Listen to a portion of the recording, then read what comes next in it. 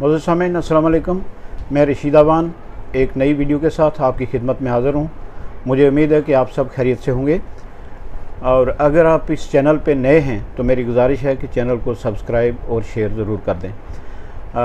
जैसा कि आप जानते हैं कि इंसान की जब पैदाइश होती है तो सबसे पहले इंसान माँ की झोली में आता है और वहाँ से सीखने का अमल शुरू होता है और फिर आहिस्ता आहिस्ता घर के जो बड़े लोग हैं, घर के सियाने लोग, उनकी जो नक़्ल व हरकत घर में होती है वो सीखता है और उसी तर्ज़ पे वो अपना रवैया जो है वो इख्तियार करता है। लेकिन माँ बाप सिर्फ़ या फैमिली जो है किसी भी बच्चे की तरबियत में काफ़ी नहीं होती। आखिरकार उसको एक उस्ताद की ज़रूरत पड़ती है और वक्त आ जाता है 5-6 साल के बाद। खैर 5-6 साल वाला ज़माना तो गुज़र गया, अब 3-4 साल के बाद ही बच्चे को स्कूल में उस्ताद के पास छोड़ा जाता है। तो वो उस्ताद ही एक ऐसा शख्स है दुनिया में जो बच्चे को तराश के, यूँ समझ लें कि एक आम पत्थर को तराश के उसको बेहतरीन किस्म की इमारत में, बेहतरीन किस्म की दीवार में लगाने के काबिल करता है। इसी तरह उस्ताद एक बच्चे को तराश कर उसको समाज की बेहतरीन ज़िम्मेदारियाँ संभालने के लिए और मुल्क की भागदौड़ संभालने के लिए तैयार करता है। तो ये बात भी सच है कि इंसान के बनाने में एक ही उस्ताद काफ़ी नहीं होता। बहुत से उस्ताद इकराम उसको ज़िंदगी में मिलते हैं और उनके हाथों से गुज़र कर एक इंसान अपनी ज़िंदगी का एक रुख इख्तियार करता है। इंसान की ज़िंदगी में मैंने जैसे कहा कि बहुत से उस्ताद इकराम आते हैं, इसी तरह मेरी ज़िंदगी में बहुत से उस्ताद इकराम आए जिनकी एक लंबी फहरिस्त है और नाम अगर लेना शुरू करूं तो मुझे लगता है कि जितना टाइम वीडियो को लगेगा उसमें नाम ही पूरे नहीं होते। लेकिन आज मैं एक इतने अपने प्यारे मोहतरम उस्ताद के पास बैठने का मुझे मौका मिला जिनका नाम शायद आपने देखकर ही समझ लिया होगा, जनाब देवराज सूदन साहब। और मुझे वो अल्फाज मैसर नहीं आ रहे कि मैं किन अल्फाज से किस एहतराम के साथ इनको बुलाऊं। तो जनाब देवराज सूदन साहब, आपका इस YouTube चैनल पे बहुत बहुत स्वागत है। बहुत शुक्रिया आपका। तो और ये उस्ताद साहब जो हैं मेरे भी उस्ताद हैं और आपने ये पिक्चर देख के ज़रूर इस नतीजे तक पहुंचोगे कि मुझे लगता है मेरे जैसे हज़ारों बच्चों के, हज़ारों तालिब इल्मों के उस्ताद होंगे और इनके हाथों से न जाने कितने ही ऐसे लोग जो अनगढ़त किस्म के लोग थे वो तराश कर किसी अहम जगह पे पहुँचे होंगे। जनाब आपका बहुत शुक्रिया, आपने टाइम दिया।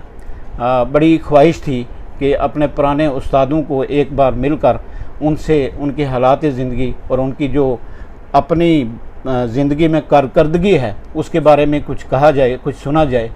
क्योंकि जब इंसान अपने अमाल को दोहराता है तो कभी कभी गर्व महसूस होता है, फ़ख्र महसूस होता है कि हाँ मैंने भी ज़िंदगी में कुछ किया है। और अगर किसी को कोई ना पूछे तो वो बहुत अच्छे काम करके भी महसूस करता है कि शायद मेरे कामों पे किसी की नज़र नहीं है। तो एक उस्ताद के काम पे किसी की नज़र ना हो ऐसा तो नहीं हो सकता। उस्ताद का एहसान कोई चुका नहीं सकता, इसमें कोई शक नहीं है। तो मैं थोड़ा सा आपकी बचपन की ज़िंदगी की तरफ आना चाहता हूँ कि आपका बचपन कैसे गुजरा, आपने पढ़ाई कहाँ से शुरू की और आप बुनियादी तौर पर रहने वाले कहाँ के हैं? एक्चुअली मैं पूंछ के दलेरा गांव में रहने वाला हूँ जी। मेरा जन्म जो है वो 13 अप्रैल 1940 को हुआ जी। तो अभी हमने स्कूल जाना ही शुरू किया था कि 47 का जो गदर है वो शुरू हो गया। अच्छा। वहाँ से हमें पूंछ सिटी में जाना पड़ा। सिटी से हम फिर वहाँ चले गए जम्मू में। अच्छा। बाई एयर हमको लिफ्ट किया गया, हालात बड़े ख़राब हो गए थे। अच्छा। जम्मू में कुछ देर हम ठहरे, वहाँ से हम चले गए वहाँ हम कुछ ऐसा हालात बन गए कि गर्मी बहुत ज़्यादा हो गई जी। हमारे कुंबे के कुछ लोगों की मौतें हो गई। अच्छा। फिर वहाँ से हम चले गए हरिद्वार। रहने का कोई अच्छा इंतज़ाम होगा नहीं? कुछ अच्छा इंतज़ाम नहीं था। अच्छा। एक मकान हमें मिला, वो भी ऐसे ही था। तो उसके बाद उस वक्त वो एसी, वो कूलर, वो सारी चीज़ें नहीं थी। वो उनका नाम ही नहीं था, नाम ही नहीं सुना था एसी कूलर वगैरह। ये सोचने की बात है कि उस ज़माने में ऐसे आके यूं आप मान लो कि किसी को ग्राउंड में उतार दिया कि यहाँ आपने गुजारा करना बस ऐसे ही हमारा रहा। जी। फिर हम चले गए वहाँ हरिद्वार में, वहाँ स्टेशन पे रहे। अच्छा। वहाँ से हम चले गए देहरादून। देहरादून में हमने कोई 4-5 रातें जो हैं वो स्टेशन पर ही गुजारी। अच्छा। तो वहाँ से हमें पता चला, हमारे फादर साहब जो थे उनको कोई पुंछ के लोग मिले, उन्होंने कहा इधर आगे ऊपर मसूरी के पीछे चक्रोता एक ठंडी जगह है। अच्छा। तो वहाँ रिफ्यूजियों का कैंप लगा हुआ है। अच्छा। तो आप वहाँ चलें, वहाँ मुफ्त राशन मिलता है, वहाँ रहने के लिए सब कुछ मिलेगा। तो हमने क्या किया कि हमारा पूरी फैमिली जो है वहाँ चले गए हम। अच्छा। वहाँ चले गए तो वहाँ हमें अच्छी एक बारिक में एक कमरा मिल गया, जहाँ 4-5 फैमिलियाँ हम रहना शुरू कर दी हमने। तो फिर उधर राशन वगैरह भी मिलने लगा, अच्छे थे, जगह बहुत ठंडी थी, बड़ा आराम से रहने के लिए मौजूद जगह थी, अच्छी जगह थी वो। अच्छा। बहुत हमारे पुंछ जैसी इसी तरह का माहौल था वहाँ। अच्छा। तो वहाँ हमने स्कूल में दाखिला लिया। अच्छा। तो स्कूल में दाखिला, स्कूल ऐसे नॉमिनल था, थोड़ी देर गए, पढ़े तो फिर वापस कोई खास पढ़ाई भी नहीं होती थी? कुछ पढ़ाई शढ़ाई कुछ नहीं, बस ऐसे घूमते घामते बस जाना। अच्छा। नाम का। अच्छा। फिर वहाँ से 1 साल 1.5 साल हम वहाँ रहे। हाँ जी। तो वहाँ कायदा शायदा कोई थोड़ा पढ़ा। फिर उसके बाद हमारा वो जो कैंप था वो पंजाब में, उस वक्त पंजाब और ये हिमाचल एक ही था। अच्छा। तो यहाँ इसमें योल कैंप। अच्छा। इसमें हिमाचल में योल कैंप, वहाँ हमें शिफ्ट किया गया। अच्छा। फिर हमने वहाँ फिर कायदा से शुरू कर दिया। अच्छा। वहाँ का और यहाँ का जो सिलेबस था, जो लैंग्वेज थी वो अलग थी। वहाँ हमें हिंदी पढ़ाई जाती थी, यहाँ हमें पंजाबी और हिंदी पढ़ाना शुरू कर दिया उन्होंने। अच्छा। फिर हमने पंजाबी और हिंदी पढ़ी। फिर वहाँ से कोई 3-4 साल हम रहे, तो 1952 में हम पुंछ वापस आ गए। अच्छा। 52 में दोबारा वापस पुंछ आ गए। ये 12 साल एक किस्म के अजाब में ही गुजारे, ये कोई अच्छी जिंदगी तो थी नहीं, कोई मतलब ऐसे घूमा गामी में रहे। जी जी। पढ़ाई का कोई सिलसिला चला नहीं जी। वहाँ से जब आए तो 4th क्लास में हम चौथी क्लास में चढ़े थे। अच्छा। तो यहाँ पुंछ में जब आए तो हम हिंदी और पंजाबी जानते थे। जी जी। उर्दू इधर उर्दू का रवाज था। उर्दू का यहाँ तो उर्दू कहने लगे, यहाँ तो उर्दू है। अच्छा। यहाँ तो आप तो कैसे को पढ़ोगे। फिर हमने एक प्राइवेट स्कूल में दाखिला लिया। अच्छा। प्राइवेट स्कूल वालों ने कहा हम इनको उर्दू भी पढ़ाएंगे और ये साथ ये भी चलेगा। अच्छा। तो 2 क्लासें हमने पास कर दी। 2 क्लासों के बाद हम 6ठी में चले आए हायर सेकेंडरी स्कूल पुंछ में। अच्छा। तो वहाँ फिर वहाँ से लेके 10वीं तक वहाँ 10वीं पास की। 10वीं के बाद फिर किस साल में 10वीं पास की जनाब ने? ये 59 में। 59 में। अच्छा। 60 में। अच्छा। तो उसके बाद फिर वहीं से डिग्री कॉलेज चले गए, डिग्री कॉलेज में, क्योंकि उस वक्त तो 10th पास करके डिग्री कॉलेज में ही जाना पड़ता था। हाँ, डिग्री कॉलेज में जाना पड़ता था। डिग्री कॉलेज में चले गए। अच्छा। तो वहाँ से फिर ये ग्रेजुएशन वगैरह करके फिर 65 में मैं टीचर लग गया। अच्छा। एक चीज़, आपके जो कॉलेज का दौर था उस वक्त आपके आसपास के आपके साथी, उनके कुछ नाम याद हैं? हाँ, मेरे अच्छे दोस्त थे। श्याम सुंदर, प्रोफेसर श्याम सुंदर जी, प्रोफेसर मनमोहन सिंह जी, मुगल MB मुगल। अच्छा। बशीर अहमद मुगल। बशीर मुगल था। श्याम दत्ता था। अच्छा। महेश चंद्र था जी। और यहाँ जो आपका दलेरा, खनेतर, कलाई, शिंदरा, इस एरिया से कुछ लोग थे? इस एरिया से कोई ख़ास नहीं था। अच्छा। आपके क्लास में कोई नहीं था? कोई नहीं था। उसको कॉलेज में रुआई नहीं था। बाद में ये हमारे बाद ये शौकत जी ये गए हैं, ये बाद में, लेकिन बाद में पहले कोई नहीं था वहाँ। अच्छा। तो ये जो हमारे कलाई के एडवोकेट लाल हुसैन मुश्ताक जो थे, ये हमारे 10वीं में खादम हुसैन, लाल हुसैन मुश्ताक और अब्दुल गनी। अच्छा। ये हमारे 10th में आपके साथ? 10th में हमारे साथ, हमारे क्लास। अच्छा। तो फिर आपकी नौकरी किस साल लगी? मेरी 65 दिसंबर में, 65 में एज टीचर आपको एजुकेशन डिपार्टमेंट वहाँ लगा दिया। तो थोड़ी देर के बाद मुझे प्रमोट नहीं, वहाँ मुझे एज साइंस टीचर रंबेड़ी भेज दिया। आपने साइंस? मैंने मेडिकल, बीएससी मेडिकल। अच्छा, बीएससी मेडिकल किया था? बीएससी मेडिकल था। अच्छा। तो वहाँ से मुझे एज साइंस टीचर लंबेड़ी भेज दिया। अच्छा। तो 1.5 साल तकरीबन मैं वहाँ रहा, 1.5-2 साल। उसके बाद मैंने कहा वहाँ गर्मी बड़ी थी, कुछ मुझे अच्छा नहीं लगा, तो वहाँ से मैं चला गया बीएड अपने प्राइवेट तौर पर। ये जो आपके साइंस टीचर की खबर है, ये मेरे लिए भी बिल्कुल नहीं है, क्योंकि आपने हमें जब भी पढ़ाया है अंग्रेज़ी पढ़ाई है। तो जब आप हमारे उस्ताद थे हाई स्कूल कलाई में, तो तब साइंस टीचर वहाँ सुखदेव सिंह जी हुआ करते थे। सुखदेव सिंह जी थे। तो ये हमें पता नहीं चला कि आप भी साइंस टीचर रहे हैं। मैंने 3 सब्जेक्ट ज़्यादा पढ़ाए हैं। एक इंग्लिश पढ़ाई है, मैथ पढ़ाया है और साइंस। अच्छा। ये 3 सब्जेक्ट मैंने काम पढ़ाए। अच्छा, तो फिर आप लंबेड़ी? तो लंबेड़ी में चला गया एज साइंस टीचर। तो वहाँ 2 साल तकरीबन रहा, 2-2.25 साल। वहाँ मेरे अच्छे लड़के मेरे स्टूडेंट थे। अच्छा। बहुत अच्छे। वहाँ 2-3-4 डॉक्टर निकाले हमने। अच्छा। और मेरे खास करके उनको मैंने, जिनको साइंस पढ़ाई थी, कोचिंग की। अच्छा। एक तिलकराज, ये इसका डॉक्टर तिलकराज, इसका ब्लड बैंक का अभी रिटायर हुआ है। अच्छा। वो आपके शागिर्द हैं? और स्क्वाड्रन कमांडर वो अयोध्या लाल, और बहुत सारे लड़के जिनके। अच्छा, एक चीज़ सर मैं आपसे बहुत अच्छे ब्रिलियंट लड़के थे बहुत। कि जब आपको ये ख्याल आता है कि आपके स्टूडेंट बहुत कामयाबी के साथ जिन्होंने ज़िंदगी गुजारी, अच्छे ओहदों पे पहुंच गए, क्या महसूस करते हैं? मुझे फ़ख्र होता है। हर टीचर को होता है। आज फ़ख्र होता है। मेरे स्टूडेंट फिर अच्छे बहुत अच्छे निकले, बहुत डॉक्टर, इंजीनियर, और बहुत एहतराम करते हैं मेरा। जी। जाहिर सी बात है, शागिर्द तो वही है जो अपने उस्ताद का एहतराम करे। और जाहिर है कि ऊंचे ओहदे पे जाने वाला जो है ना, वो कभी अपने उस्ताद को भूल नहीं सकता।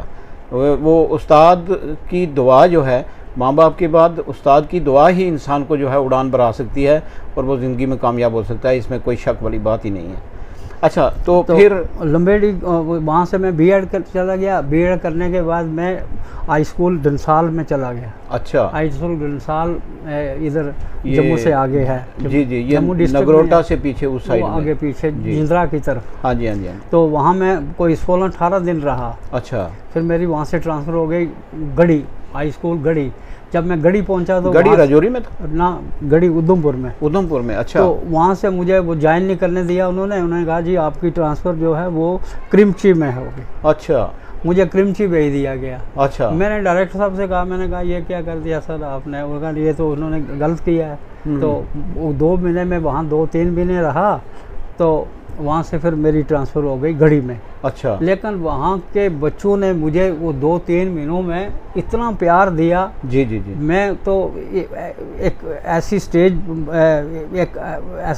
ऐसी वक्त आ गया कि मैंने कहा मैं अपनी ट्रांसफ़र कैंसिल कराऊँ। अच्छा। सारा स्कूल बच्चे रोना शुरू कर दिए। अच्छा। सारे बच्चों ने रोना कर दिया। मास्टर साहब जो थे वो मुझे रिलीव ही नहीं करते। अच्छा। मैंने कहा ये उन्होंने कहा मैंने ऐसा टीचर आज दिन तक देखा ही नहीं है जितना आपका। असल में बात यह है कि जो ना मुकनातीस लोहे को अपनी तरफ खींचता है, लेकिन ये क्वालिटी दोनों में होती है। वो खींचने वाले में भी क्वालिटी होती है और खींचने वाले में भी क्वालिटी होती है। बहरहाल इंसान जब खुद अच्छा हो तो दुनिया पूरी अच्छी नज़र आती है उसको। तो ये आपके अंदर कुछ क्वालिटियाँ थी जो बच्चों को अच्छी लगे, आप अच्छे लगे और आपको वो बच्चे अच्छे लगे। फिर मैं गढ़ी आ गया, हाई स्कूल गढ़ी। हाई स्कूल जब गढ़ी में आ गया तो गढ़ी में वहाँ के लोग, वहाँ के जो टीचर थे बड़े अच्छे काबिल टीचर थे वहाँ। अच्छा। बड़े उनका नाम था, बहुत काबिल टीचरों का, बड़े अच्छे टीचरों में वहाँ का नाम आता है। लेकिन जब मैं वहाँ पहुँचा, मैंने जब काम अपना शुरू किया जी, तो मैंने सबको डोमिनेट कर दिया। ये आपने पढ़ाई अपने में पढ़ाई से फिर 10वीं क्लास मुझे 10वीं क्लास की इंग्लिश दी थी उन्होंने। अच्छा। 2 सेक्शनें थी, एक की मुझे इंग्लिश दी थी तो एक की वो परमेश्वरी दास जी हेडमास्टर थे। तो मेरा रिज़ल्ट 100% आया, उनका रिज़ल्ट कोई 70-72% आया। उन्होंने कहा आप ऐसा करें, ये अपना दोनों क्लासें आप ही रखें, नहीं मेरे खाते में डालें तो आपकी इंक्रीमेंट तो मैं निकालूंगा। तो मुझे तो ऊपर रिजल्ट मेरा भी बन जाए। तो मैंने कोई बात नहीं है। अच्छा। तो वहाँ भी बहुत अच्छे लड़के डॉक्टर निकले मेरे पास। ट्यूशन 2-4 लड़के ट्यूशन पढ़ते थे, बड़े इंटेलिजेंट लड़के, बड़े अच्छे। तो फिर वापस से डिस्ट्रिक्ट पुंछ में आप कब गए? फिर ऐसा हुआ कि 73 में मेरे फादर साहब कुछ बीमार हो गए। अच्छा। तो मैं पुंछ आया उनको देखने के लिए। तो जब मैंने उनको देखा, जब मैं वापस जाने लगा तो मुझे कुछ अच्छा नहीं लगा कि मैं इनसे दूर रहूं। इनकी खिदमत। बुजुर्ग थे उस वक्त? बुजुर्ग थे काफ़ी। अच्छा। 63-74 साल उम्र थी उनकी। अच्छा। तो मैंने सोचा मैंने अब इनकी सेवा करनी चाहिए, इनकी खिदमत करनी चाहिए। मैंने ट्रांसफ़र करवा के मैं पुंछ चला गया। अच्छा। पुंछ जब मैं पहुंचा तो मुझे हाई स्कूल कलाई में भेजा गया। अच्छा, ये 75 की बात है? हाँ, 73 की बात। अच्छा। 74 नवंबर 73 तो 74 की बात है। अच्छा। तो मैं कलाई चला गया, कलाई में कुछ देर रहा, फिर वहाँ से मेरी ट्रांसफ़र नीचे हाई स्कूल चंडक में हो गई। अच्छा। वो यूसुफ कॉलेज थे अपने, बाद में वो DO भी बने जी। तो उन्होंने कहा आप नीचे आ जाएं, मैं ऊपर चला जाता हूँ। तो मैं चला गया। फिर उसके बाद कलाई चंडक में रहा। चंडक के कोई 2 साल बाद फिर मेरी ट्रांसफ़र जो है वो दोबारा कलाई में? अच्छा। जब कलाई में दोबारा गई वही, तो वहाँ मैंने फिर अच्छी तरह से वहाँ भी अच्छा काम किया। हाँ, नहीं वो काम हमें याद है, क्योंकि उस वक़्त हम आपके स्टूडेंट थे। 6वीं 7वीं से लेके 10वीं तक आपने हमें पढ़ाया है। काफ़ी टाइम आपने उधर निकाला फिर। तो और उसमें जब हेडमास्टर लक्ष्मी चंद शर्मा जी थे, लेकिन वो ज़रा जम्मू के थे। हाँ, दूर के थे। दूर से गए, उनको जाना शाना पड़ता था। तो वो, लेकिन मैंने अच्छा, हमारी एक अच्छी टीम थी। जी जी। मेरे साथ सुखदेव सिंह थे, जसवंत सिंह थे, अमर सिंह जोश नहीं, वो नीचे चले गए थे। अच्छा, वो चले आए थे। तो ये नज़ीर मुगल थे, अमीन साहब थे, गनी साहब शायद होंगे। गनी साहब नहीं थे। अच्छा। लाल सेन तबस्सम थे। अच्छा। तो ये हमारी अच्छी टीम थी, लेकिन हमारे जो नीचे से जाने वाले 3-4 मेरे ख्याल में ये सुभाष शर्मा साहब भी आपके साथ जाया करते थे। वो भी रहे हमारे साथ। बंसी लाल फिर थोड़ी देर रहा। हाँ, जो बाद में IAS ऑफिसर बन गए। हाँ जी जी। तो अब जब मैं वहाँ चंडक में रहा तो चंडक में मैंने साइंस और मैथ पढ़ाया और इंग्लिश के तो 3 सब्जेक्ट में पढ़ा था। अच्छा। तो कलाई में सर जो आपका टाइम मिला आपको, काफ़ी मेरे ख्याल में 3-4 साल बाद में, जो सेकंड टर्म आपको मिली, सेकंड टर्म वहाँ तो वहाँ आपको कोई याद हैं कुछ अच्छे तालिब इल्म जिनको सक्सेस मिली आपकी मेहनत की वजह से या उनकी मेहनत की वजह से? कोई ऐसा याद आ रहे हैं? मोकमदीन एक डॉक्टर बना। हाँ जी, डॉक्टर को हमने निकाला। वो लड़कियां थी 2, हमीदा बेगम, दोनों हमीदा बेगम थी। डुइयां वाली एक हमीदा थी, शिंदरा वाली। वो 2 लड़कियां भी बड़ी अच्छी पढ़ने में, और वो डिस्ट्रिक्ट ऑफिसर रिटायर हुई हैं बाद में दोनों। हाँ, अब वो एक लेक्चर बन गई, एक दोनों रिटायर हो गई हैं शायद। दोनों शायद रिटायर हो गई हैं। जी जी। वो भी अच्छी लड़कियां थी। लड़कों के नाम कुछ एक एक्सियन रिटायर और वफात भी होगी, मंजूर साहब। हाँ, मंजूर। हाँ, ये था एक। हफीज साहब थे एक। हाँ, काफ़ी लड़के जो ये AW रिटायर हुए हैं। हाँ। और डॉक्टर रफ़ीक अंजम आपके स्टूडेंट हैं? कौन से? डॉक्टर रफ़ीक अंजम। रफ़ीक, हाँ, जो वो शायरी भी। हाँ जी जी जी। हाँ, वो भी आपके स्टूडेंट हैं। तो इस तरह से वहाँ बड़े अच्छे हम ये नहीं देखते थे कि हमारा पीरियड है नहीं है। जी जी जी। हमारा ये मकसद होता था कि हम अपना जो सिलेबस है, अपना जो आज का दिन है जी, वो कामयाबी से पढ़ें। ये हमें अच्छी तरह याद है कि हाई स्कूल कलाई में तब पैदल जाना पड़ता था। दलेरा से हाई स्कूल कलाई तक मुझे लगता है कम से कम 3-4 किलोमीटर 4 किलोमीटर सफर आप सुबह, लेकिन हम इन टाइम वहाँ पहुँचते थे और वहाँ से थोड़ा जल्दी चले आते थे। लेकिन अपना सिलेबस या अपना काम जो है पीरियड कभी हमने मिस नहीं किया। जी जी जी। और अच्छा, तो फिर उसके बाद मैं चंडक आ गया। अच्छा, फिर दोबारा चंडक आया? चंडक आ गया। अच्छा, तो चंडक में कोई आपके स्टूडेंट जो अच्छे? चंडक में मेरे बड़े अच्छे स्टूडेंट थे। मैं जब चंडक में आया वहाँ साइंस टीचर नहीं था। अच्छा। तो साइंस मैंने फिर पढ़ाना शुरू की। अच्छा। मेरा ये डॉक्टर इस्माइल था, ये परवेज, हाँ एक्सियन रिटायर हुए हैं वो, परवेज कमला था, कमलाक साहब का बेटा। हाँ जी। मनमोहन सिंह जो ये बाद में म्यूनसिपल कमिश्नर रिटायर हुआ है। जी जी जी। बंसी लाल था। अच्छा, तो ये बंसी लाल जी तो आईएएस किया था उन्होंने। बंसी लाल आईएएस था। अच्छा अच्छा, ये बशीर पटवारी। हाँ अच्छा, ये जो अभी उधमपुर में सेटल हो गया, अब रिटायर भी हो गए हैं शायद। हाँ रिटायर भी हो गया। जी जी। इधर ऊपर ही है। हाँ हाँ जी जी। बशीर पटवारी था। तो अभी सर ये रहा आपने जो अपनी मेहनत से लोगों के बच्चों पे मेहनत की, तो अब मैं थोड़ा सा आपके ऊपर आता हूँ कि आपने अपने बच्चों की तरबियत कैसे की और आपके बच्चे इस वक्त क्या क्या कर रहे हैं। मैं पहले लोगों के बच्चों की बात बताऊंगा। जी, अच्छा। बात यह थी कि मैंने लोगों के बच्चों को कभी गैर किसी का सोचा नहीं कभी। वो भी मैंने अपने बच्चे ये तो इसके गवाह हम सारे हैं। और मैंने कभी ये नहीं सोचा, एक स्टूडेंट को स्टूडेंट समझा। मैंने ये नहीं सोचा ये मुसलमान है, ये कौन है, कहाँ का है, सिख है या दूसरा है या तीसरा है। एक स्टूडेंट समझा। मुझे एक बार किसी ने ये कोई तंजिया तौर पर कहा, जी आप इन लोगों के साथ बड़ी मेहनत करते हैं, इनको लोगों ने बड़े बड़े अपने डॉक्टर इंजीनियर बना दिए, तो ये वो। मैंने कहा ये उस्ताद के लिए ये मुझे कुछ घटिया लगती है।